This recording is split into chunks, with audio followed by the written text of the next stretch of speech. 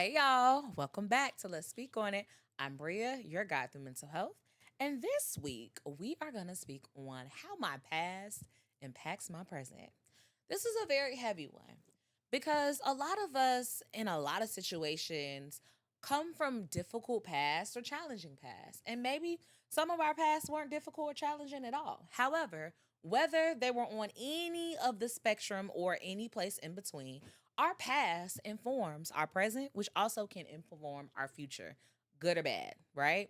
So, thinking about a certain behavior, let's just say in the past, you were taught that if you were going to be successful, you had to study hard, work hard, and be better than everybody else.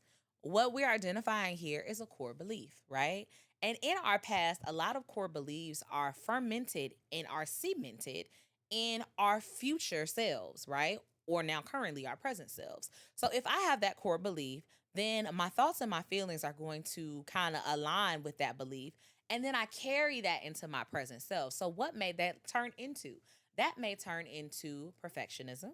That may turn into worth and value conversations. That may turn into stress and burnout. And that may turn into a lot of self critical conversations that we have with ourselves, which turns into a lot of other behaviors, right? So when we are able to connect the dots, we're able to really thread a through line of how the past really impacts what I'm doing and what I believe right now. A lot of those things can also be impacted by our parents and what they taught us, or our schools, or our friends, or just certain experiences. And we kind of came to certain conclusions based on a repetitive outcome of something, right? So when we get into these present spaces, we have to be mindful and ask ourselves, is that previous behavior, thought pattern, productive in the current space that I'm in or the space that I want to be in?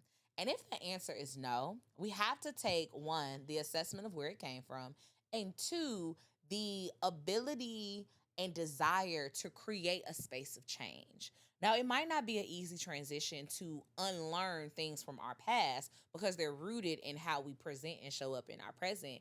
But the awareness alone is a very great first step in order to pivot into positive actions to correct things from the past. That's it, folks. We spoke on it. Tune in next week for more of your mental health tips. Bye.